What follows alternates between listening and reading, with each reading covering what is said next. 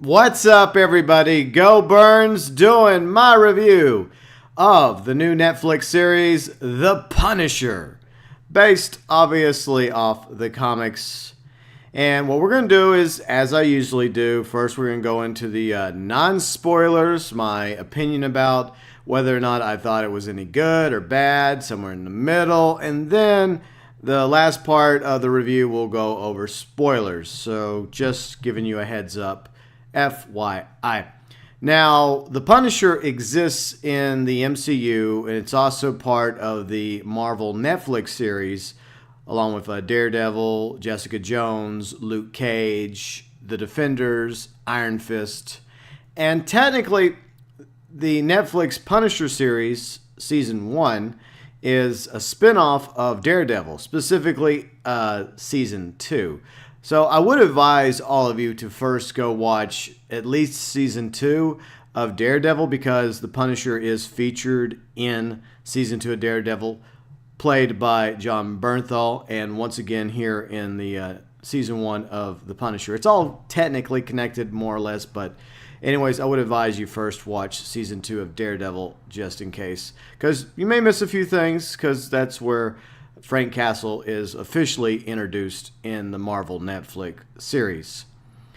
What's sad is I fear that we may never get a season 2 of The Punisher, and the big reason is the whole Disney Netflix thing. Disney's starting their own streaming service, and they're pulling all their stuff from Netflix, including the Marvel stuff, so it could mean the end of all these other shows like Daredevil, Jessica Jones, Luke Cage, Defenders, Iron Fist, even The Punisher. Then again, maybe we'll at least get one more season. I don't know. But let's get into it, shall we? So the main characters obviously include Frank Castle, a.k.a. The Punisher, played brilliantly by Jon Bernthal, who once again performed the role in season 2 of Daredevil. He picks up where he leaves off. And there's some new characters that are introduced and some reoccurring characters from other shows in the Marvel Netflix verse, whatever we wish to call it. You have a new character called David Lieberman, a.k.a. Micro. He is a former NSA analyst. Billy Russo, who is basically the head of this merc squad called Anvil. He is played by Ben Barnes, and Billy Russo is a best friend of Frank Castle. They both served in the military together, along with another character, Curtis, and he's an injured corpsman who is now, I think he's an insurance salesman in the show, but he's also part of this like group, that brings people together, kind of like an AA group, of like former vets, soldiers, that experienced war, and whether they were physically traumatized or, psychologically, emotionally, still having to deal with the fact that they're no longer over there. They're no longer serving, but they're still having to live that life. He has kind of like a support group. He's in charge of the support group. And he has some other characters, including Homeland Security agent Dina Medina, played by Amber Rose Riva. And we have a few other characters I'm going to leave out, but I'll include some more. William Rollins, he's a CIA agent, and the return of Karen Page, best known from Daredevil, seasons 1 and 2 of Daredevil. She makes a few appearances throughout season 1 of The Punisher. And like I mentioned, there's a few other characters as well. There's a lot of characters. Now, this is basically a story of revenge, the grim reality of war, its aftermath on, the individual, the soldier that went off to fight, how all these different individuals like Frank Castle, Billy Russo, Curtis, and a few others introduced are how, I guess you say, they're inflicted by the war, by serving. Terrorism, there's a lot to do with the war on terror. Violence, of course, because you can't have a Punisher TV series without a lot of violence. It's brutal, bloody, and perhaps one of the best of the Marvel Netflix series, in my opinion. So right now, that's my opinion about The Punisher. In case you were wondering, I think it's one of the best ones, and I will rank it right now. I will say that at the top is season 1 of Daredevil. I would put The Punisher right there in second place, and right behind it, Jessica Jones, along with season 2 of Daredevil. Then Luke Cage, The Defenders, which a few months ago it aired. very big disappointment. I was very disappointed in the Defenders. I was expecting more from that. And of course, at the bottom, what a surprise, Iron Fist. But I was very impressed with the Punisher. Now, the first few episodes are very intense as hell, but it does slow down a bit in the middle. Bear in mind that these are 13 episodes. Each episode is roughly almost an hour in length, and there's a lot of character development, a lot of plots going on. The main plot, some secondary plots, even subplot we'll talk about in the spoiler section I didn't really care for. But the good news is the intensity of The Punisher does return in the final few episodes of Season 1 of The Punisher. So if you want the brutality, you want the violence, you want the blood, you want the war, you want the Punisher, well, you're going to get the Punisher in Season 1. I mean, like I said, Jon Bernthal did not disappoint being Frank Castle, a.k.a. the Punisher, throughout the first season. And hopefully there'll be another season as well. They did set it up to where there could possibly be a second season. And I was really impressed with these strong main characters. Like I said, some subplots work while others not so much. I'm trying not to spoil anything. We'll get into the spoilers in a moment as promised. But The Punisher is at its best when it focuses on, I would say, the main four characters, like Frank Castle, along with his relationship with Lieberman, a.k.a. Micro, along with Billy, and, of course, Medina. Those are my four characters that I liked the most in Season 1 of The Punisher. There's a few others I liked also, and there were those that I didn't like. But that's the way it's going to go with any series.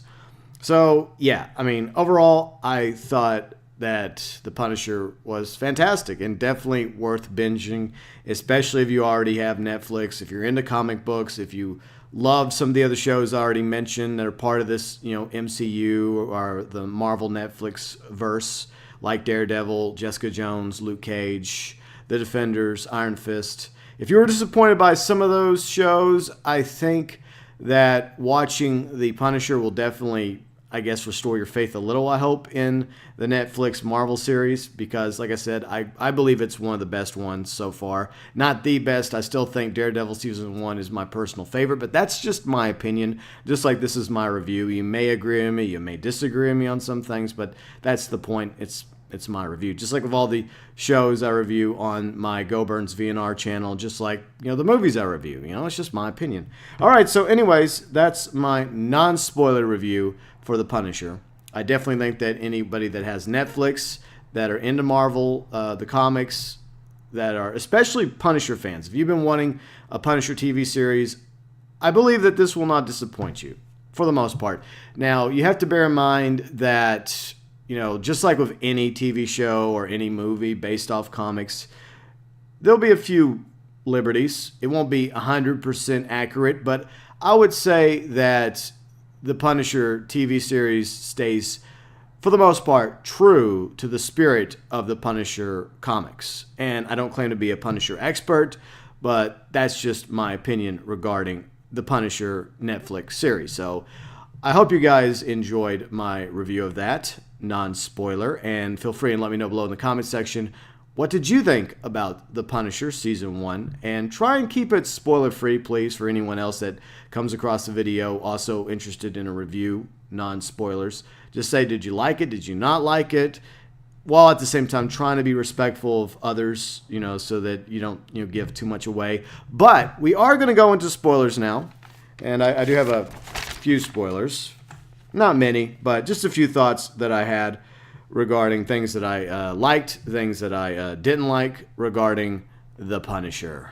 All right, so what did I like? Well, obviously, I think Jon Bernthal is a fantastic actor for the role of Frank Castle, a.k.a. The Punisher. And, and I'm not trying to, criticize any previous actors like Thomas Jane or, one or two others that played The Punisher either in movies or animated series.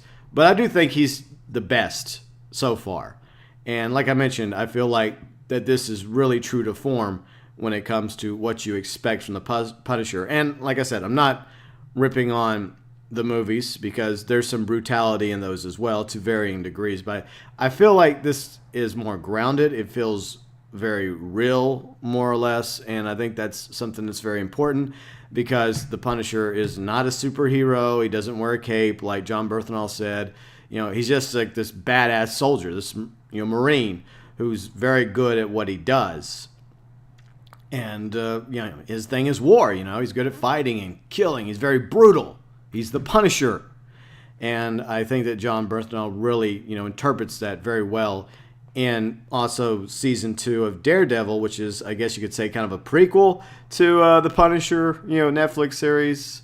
So yeah, you kind of have to watch Daredevil season 2 at the very least in order to really get into season 1 of the Punisher, because there's a lot of stuff that transpires in season 2 of the Daredevil series that end up tying into season 1 of Punisher. Hopefully that makes sense. But yeah, I think that he's definitely the strong point. More or less, his allies were pretty good, like Lieberman. There was a little bit of comedic humor, but it wasn't over-the-top ridiculous humor. But at the same time, his story is very tragic as well, because whereas Frank Castle, lost his family, they were brutally murdered, and that's, what his quest has been on, a tale of revenge, making those responsible for the death of his wife and children pay for what they did to him. And, that continues into season 1. But with Lieberman, he was, trying to do a good thing. He was a NSA analyst, and he comes across this brutal torture video of an innocent man, who was actually over there in Afghanistan trying to do good, I think he was a Homeland Security agent, but he was undercover, but he was captured by Agent Orange, a.k.a. Rollins, and he was being tortured, and, he got murdered. And, there was a lot of corrupt stuff happening that you hear about in real life in the news. Allegedly, a lot of, bad stuff happening in Afghanistan and in Iraq, along with, the sale of narcotics like heroin. And a lot of that does tie into season 1 of The Punisher. Whether or not it's true or not remains to be seen. But, it is amazing how much of that they actually take from, that's been put out there in the news, and they sprinkle it into this series to give it a more real vibe to it. But at the same time, you see what kind of, people that Frank Castle is having to deal with, because he wasn't a good guy either, technically, because he did a lot of horrific stuff during his time in the military, and especially when he was part of that clandestine, off the books Black Ops operation along with Billy Russo, where they did kidnap people and they did torture people and they did assassinate people under, Agent Rollins. And, Agent Rollins, I would not consider him to be a great villain, but he was definitely one of those villains that you hate, because there's no real redeeming factor to him. He tries to act like that what he's doing is for the greater good, but at the same time, he's a psychopath. He's a bona fide psychopath. I mean, there's nothing good about him at all. And, of course, you have Agent Wolf, who's introduced early, but he's quickly killed off. He was interesting, but he didn't last very long. And then, of course, the main villain, I would say, is Frank Castle's best friend, Billy Russo, who also served, but, he was part of this, alliance with Rollins and one or two others, including the Major, played by Clancy Brown. He was featured in season 2 of Daredevil, also in flashbacks in The Punisher. By the way, I love Clancy Brown, by the way. He's awesome. So, yeah. You have Frank Castle going on this revenge, trying to take all these different people out. And it's only revealed in season 1 of The Punisher that Billy Russo, Frank Castle's best friend, is also working with Rollins and has been ever since Afghanistan. And, he becomes the main bad guy. I mean, he's good looking. He likes nice cars. He likes the ladies, especially Medina. And, I mean, to be honest, who doesn't like Medina? We'll talk about her in a minute. But anyway, so he's a psychopath too, But at the same time, he's obviously, I think, a much better villain than Rollins was, because, he has the same fighting abilities as Frank Castle. So he's very formidable. Plus, they have this whole arc of where, they were best friends, where Frank considered Billy to be family because Billy didn't have family. He was abandoned by his mom. He grew up in, orphanages and foster care.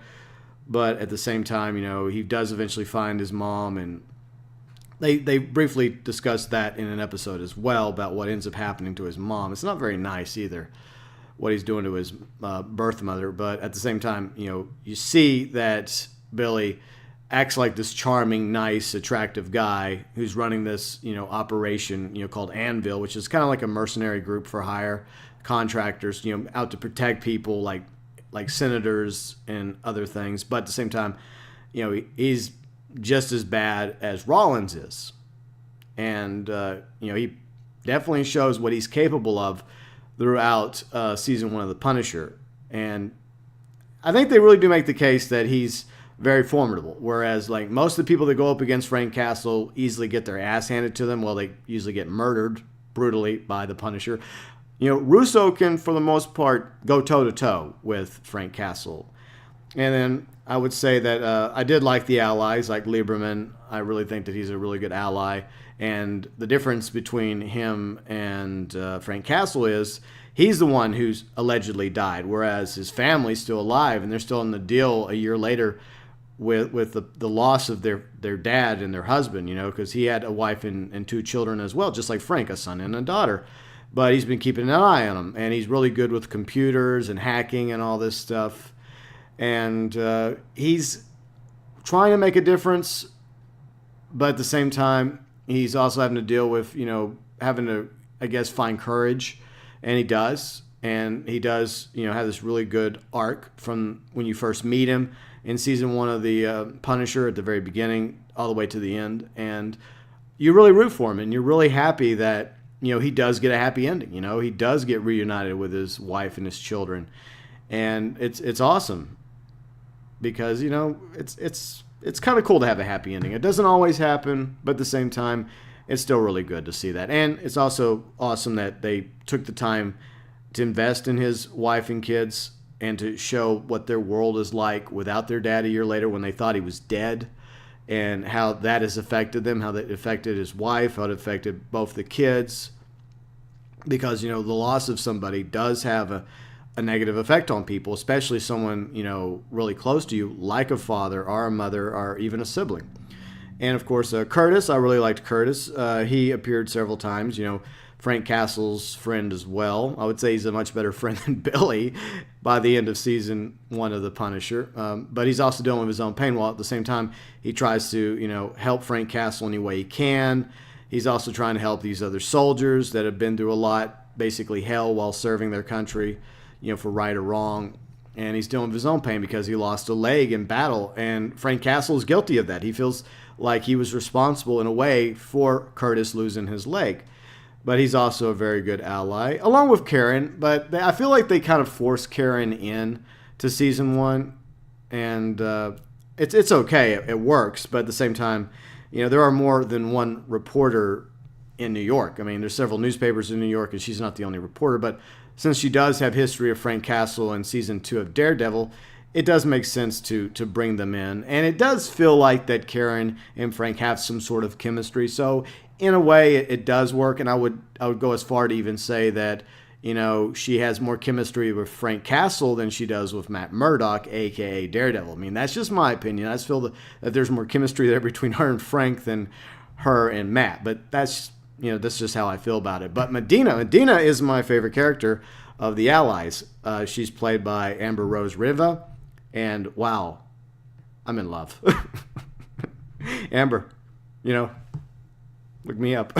But yeah, I loved her character. She was awesome. I mean, she's strong, she's smart, she's beautiful, she's sexy, and I mean, what's not to like about Medina? I mean, she's a badass, and like I said, I'm totally in love with her. So I definitely liked her as well. But despite some changes, I feel like that the Netflix Punisher series does, for the most part, remain faithful to the comics. And I like the way that it ended for Billy Russo, where the easy thing would have been for Frank to kill him. He doesn't kill him. I mean, he leaves him for dead, He basically fucks him up in his face, tears his face up really bad. And that's going to potentially allow a transition if there's a second season of The Punisher for Billy Russo, who was, this guy, charming, tall, dark and handsome, boyish good looks. Now his face is all messed up, for him to become Jigsaw. And I'm not talking about the movies. I'm talking about the comic book character Jigsaw, the arch enemy of The Punisher. So it's going to be interesting if we get a season 2 of The Punisher to see how that arc goes with Billy Russo, who obviously is going to be transitioning into Jigsaw. And they mention a few things about will he remember like who he was, or will he remember some of the things, or will he not remember anything if he ever comes out of his coma, after facing off against Frank in the finale, in the climax. So it'll be interesting to see how that plays out if there is a season 2 of The Punisher. Now, some of the things I didn't like, and it's a very short list, but the Lewis subplot arc I did not care for. Now, Lewis was another one of these soldiers that was showing up to one of these support group meetings that was being done by Curtis. And they spent a lot of time with Lewis. And, I mean, the actor does a really good job playing Lewis. And I think it's the same actor that played Lee Harvey Oswald in the Amazon series. What was it, 11/22, I think, with James Franco. I think that is the same actor. But he did a good job. I just didn't care for his character. There was nothing really redeeming about him. I mean, yeah, you kind of feel sorry for him because of, obviously, his time while in the military did something to him. It broke him, and I don't know. I mean, in the end, he's goes crazy and he kills, like, another member of the support group because he turns out to be a fraud. He claimed to be a Vietnam veteran, and he wasn't a Vietnam veteran, so Lewis kills him, and then Lewis decides that he's going to, take this fight against the government, talking about the Constitution, freedom, and liberty, while at the same time carrying out acts of terrorism. And, it does end up causing a confrontation between him and Frank as well, and Curtis is tied in there as well. And some of the decisions that they have Curtis make, I feel, were badly written. Like, Curtis, finds out that Lewis is the bomber, the one that killed like 14 people in these bombs that were set off. And he tracks him down. But I don't know. I mean, I think that the smart thing for Curtis to have done, I mean, in reality, would have simply just called the police, call the FBI and our Homeland Security and say, look, this is a soldier that has been in my support group. He has serious problems. But he tried to take matters into his own hands. But unfortunately, Curtis nearly gets killed in the process. And it outs Frank. And the whole world knows that Frank's still alive. And then, he's getting falsely tied to being, part of Lewis's, terrorism group. And it's just Lewis, a lone wolf, by the way.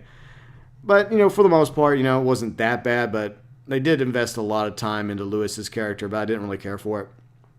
And the fact that some of these characters are like tied together. And New York City is a very big city. It's like several million people last time I checked.